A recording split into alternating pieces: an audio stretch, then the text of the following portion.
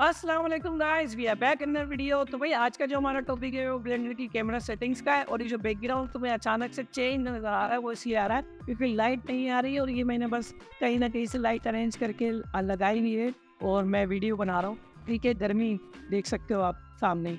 बस खैर, अब टॉपिक पर आते हैं। तो अब जो हमारा टॉपिक है वो ब्लेंडर की कैमरा सेटिंग और एनिमेशन का। तो मैं आपको इसके बताऊंगा कैमरा सेटिंग्स का, ये बहुत हमारे लिए इंपॉर्टेंट है एनिमेशन के लिए। हमारे अगर सीन के अंदर कैमरा एनिमेशन सही नहीं होती तो सीन में वाइब भी नहीं आएगी। तो उसको भी सीखना है, कुछ एनिमेट करेंगे, कुछ कॉन्स्टेंट को समझेंगे उसके। तो इस वीडियो में आपको बहुत मजा आने वाला है, वीडियो को स्किप मत करना।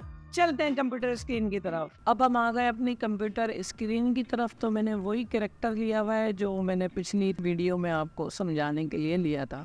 तो अब कैमरे की क्लास है तो हम कैमरे की बात करेंगे। कैमरा ब्लेंडर के अंदर हमारे लिए बहुत इंपॉर्टेंट है, एनिमेशन के लिए तो बहुत ज़्यादा ही है, किसी भी और चीज़ के लिए अगर से आपने उसको रेंडर करनी है। तो रेंडर एनिमेशन या रेंडर इमेज पे हम जब भी क्लिक करेंगे तो ये एरर देगा जब हमारा कैमरा ब्लेंडर के अंदर मौजूद नहीं होगा हमारे सीन में। तो जैसे ही मैं शिफ्ट ए दबाता हूँ और कैमरा ले लेता हूँ तो कैमरा देखें मेरा यहाँ आया हुआ है। अब अगर मैं क्या चाहता हूँ कि कैमरा को मैं यहाँ रखूँ तो मैं ऐसे नहीं करूँगा कि यहाँ जाके फिर यूँ जाके फिर कैमरे को लूँगा, ऐसा बिल्कुल भी नहीं। मैं आपको आया हूँ प्रो प्लेयर बनाने भाई, तो प्रो ही बना के जाऊँगा।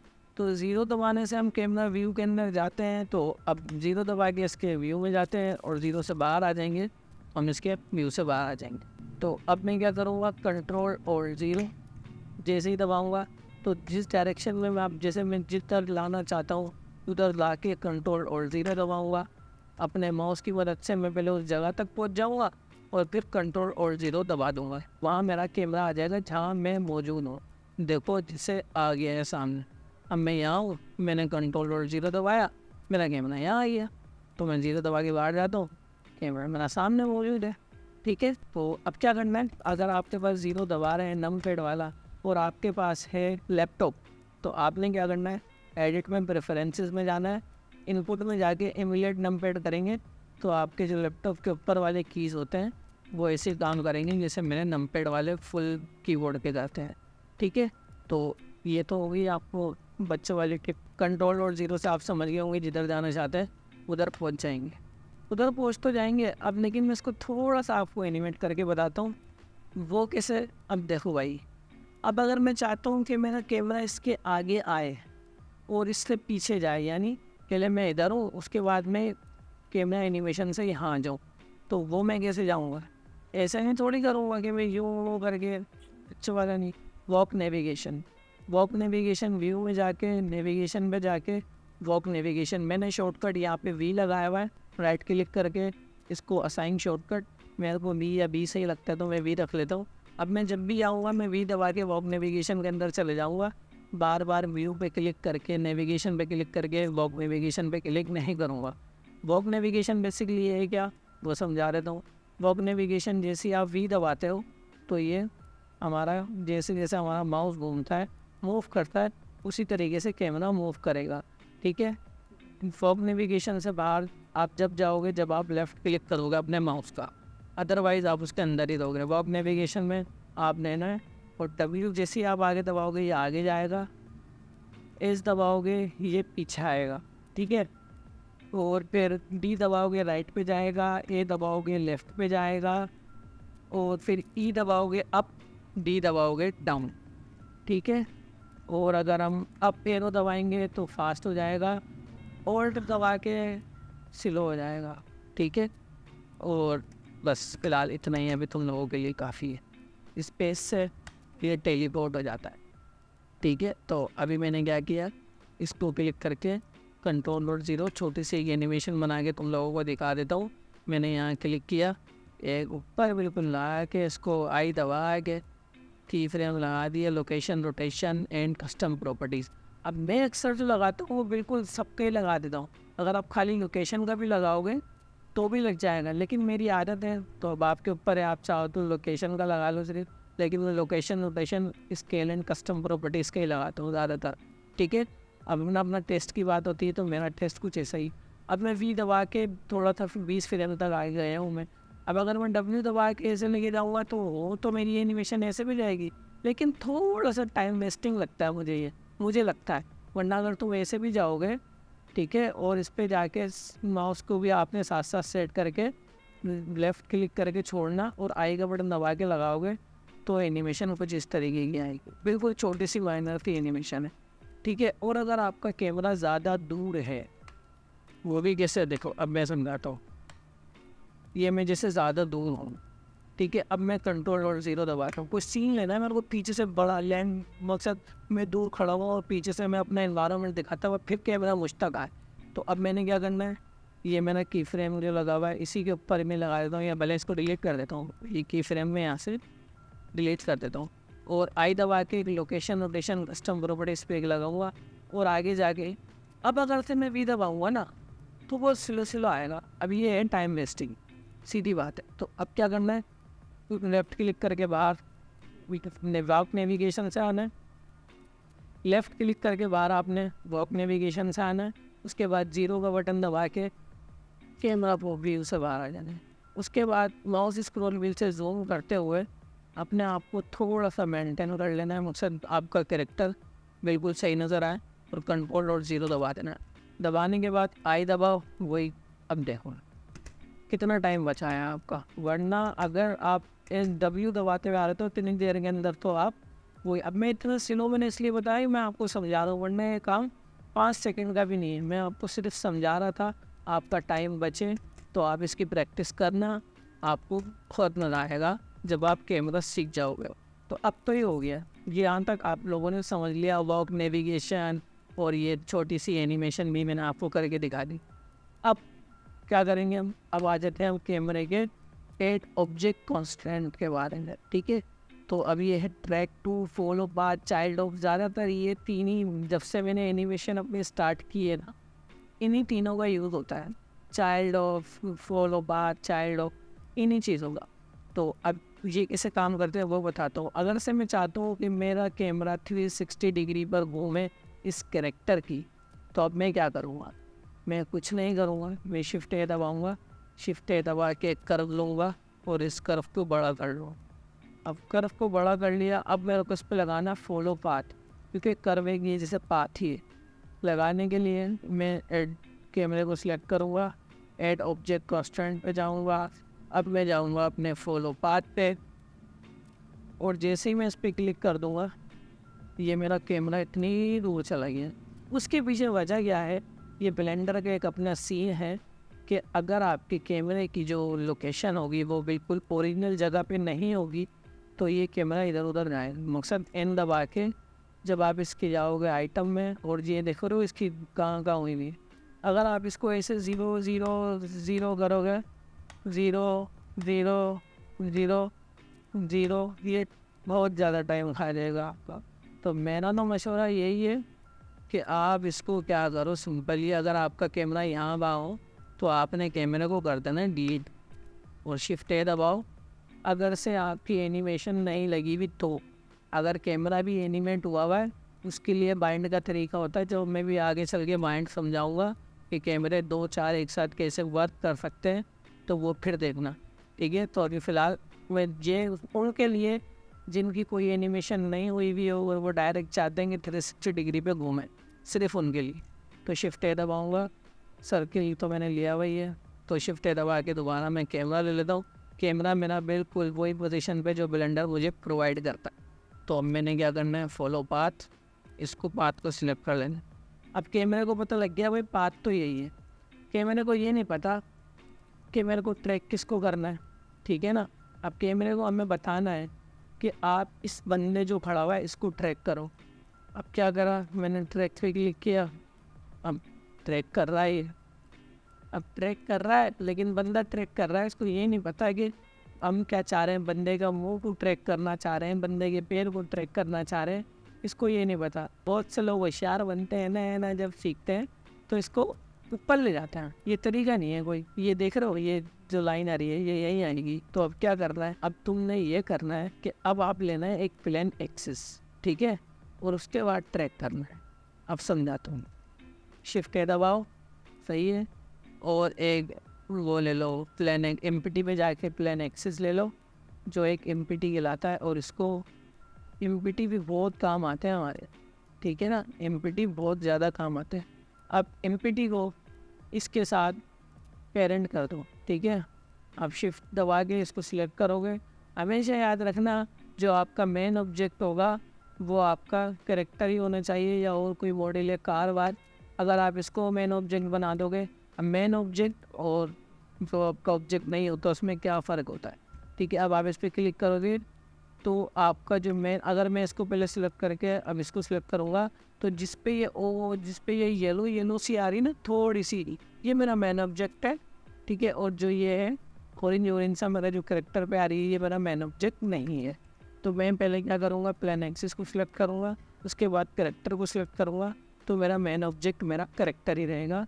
और कंट्रोल पी दबा के ऑब्जेक्ट की ट्रांसफॉर्म पे क्लिक कर दूँगा, ऑब्जेक्ट की ट्रांसफॉर्म पे क्लिक कर दूँगा। मैंने इस पर क्लिक कर दिया।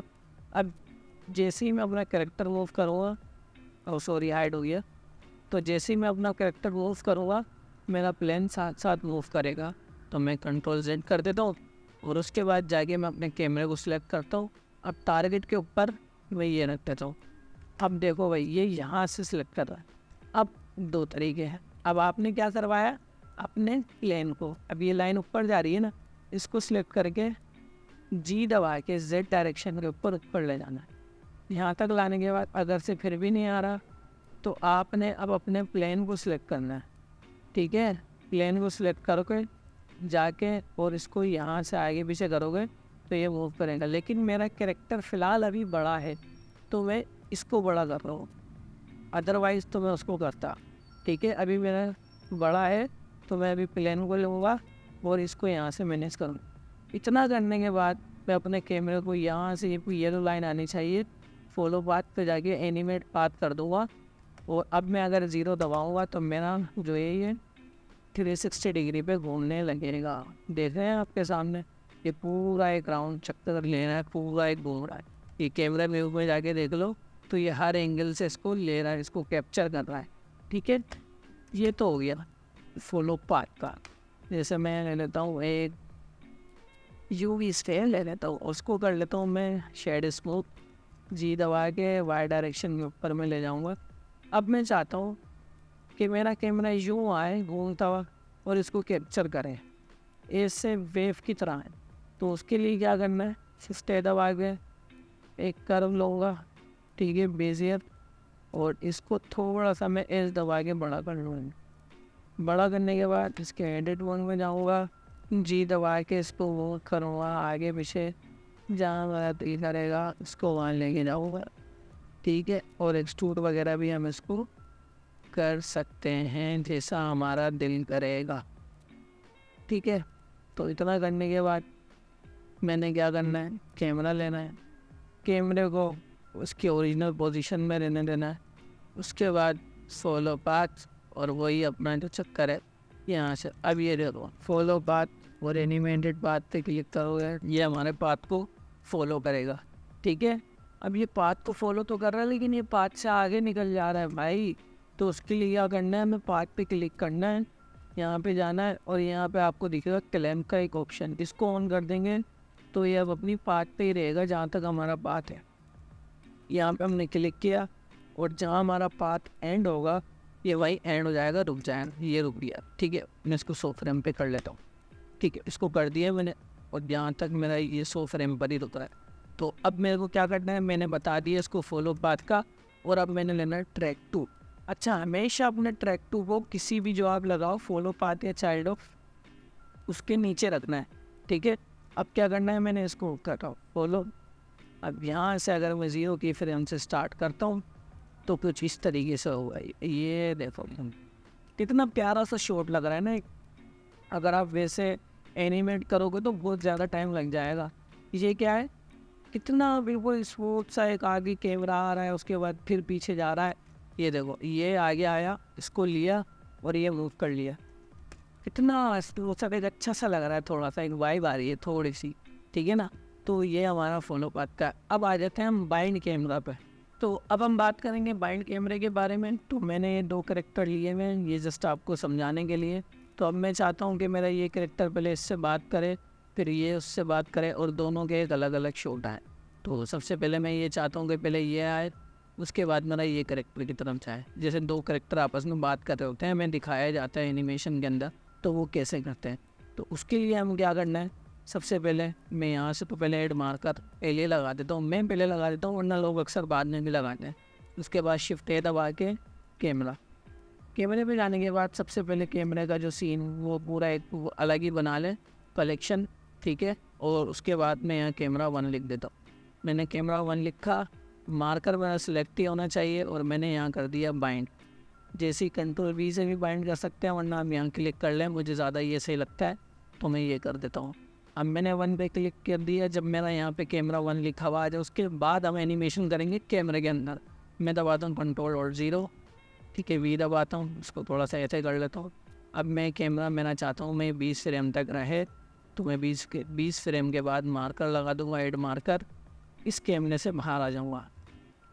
अब कंट्रोल और 0 दबाऊँगा, वो शिफ्ट ए दबाऊँगा और कैमरा लूँगा, ठीक है। कैमरा लेने के बाद अब मैंने क्या करना है, इस कैमरे का नाम चेंज करना है। सबसे पहले तो कैमरे का नाम मैंने 2 रखा, इसको दोबारा उठा के अपने फॉर्म में डाल दिया, सीन्स के जो कलेक्शन है उसमें डालने के बाद मैंने क्या किया, यहाँ पे कैमरा सिलेक्ट ही है मेरा 2, ये हमेशा याद रखें कैमरा सिलेक्ट होना चाहिए, और बाइंड करना है, ठीक है। बाइंड करने के बाद आपने कैमरे को कुछ इस तरीके से इसको जूम कर लेना है। अगर आपका कहीं पे जूम में से अटक जाए तो ऑन का बटन दबा देना है, इस करेक्टर पे क्लिक करके फोकस में लेना और जूम करना है इसको। जूम करने के बाद अब मैं चाह रहा हूँ कि ये बात ये सर इस एंगल के अंदर आए बात करता हुआ।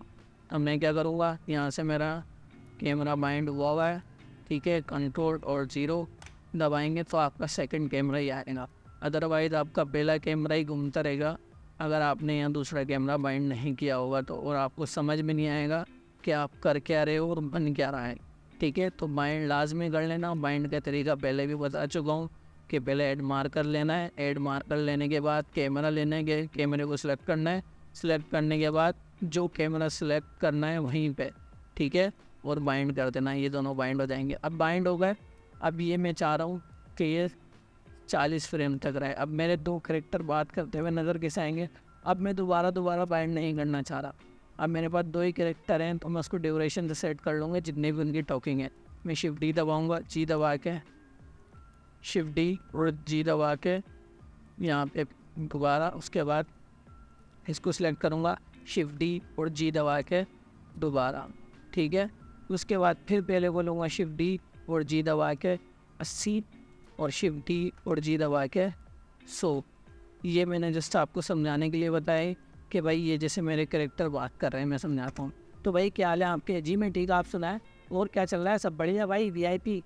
ये मैंने एक आपको छोटी सी पीछे से वॉइस ओवर करी है, मैं थोड़ा इसको बड़ा करके समझा देता हूँ। इसको थोड़ा सा यहाँ, इसको यहाँ लेते हैं हम, इसको यहाँ लेते हैं और इसको यहाँ लेते हैं और इसको हम यहाँ लेते हैं और इसको हम यहाँ लेते हैं और इसको हम यहाँ ले लेते हैं, ठीक है। तो अब मैं यहाँ से स्टार्ट। तो और भाई क्या हाल है आपके? भाई ठीक, तू सुना क्या चल रहा है आजकल? बस यार क्या बताऊँ, बता क्या चल रहा है। नहीं यार छोड़, मैं नहीं बता रहा। तो ऐसे ही ये थोड़ी सी मैंने वॉइस ओवर की है, मैंने माना गलत हुई है लेकिन आपको थोड़ा समझ में आ जाएगा कि बाइंड कैमरा क्या होता है। तो अभी फ़िलहाल आज के लिए इतना ही, इतना आपके लिए काफ़ी है। बाकी और जो इसकी कॉन्स्टेंट है, जब भी हम आगे यूज़ करेंगे तो हम इसको और जान लेंगे। तो अगर वीडियो पसंद आए तो वीडियो को लाइक करना, चैनल को सब्सक्राइब करना और भाई कमेंट कर दिया करो, ताकि हो सकता है मैं अगली वीडियोस Q&A में बना लूँ। तो चाहता हूँ मैं भी कि मेरे भी 100 सब्सक्राइबर पूरे हो गए तो मैं भी एक Q&A वीडियो बना दूँ। तो जल्दी कमेंट करो, चैनल को सब्सक्राइब करो। मिलते हैं अगली वीडियो में। अल्लाह हाफिज़।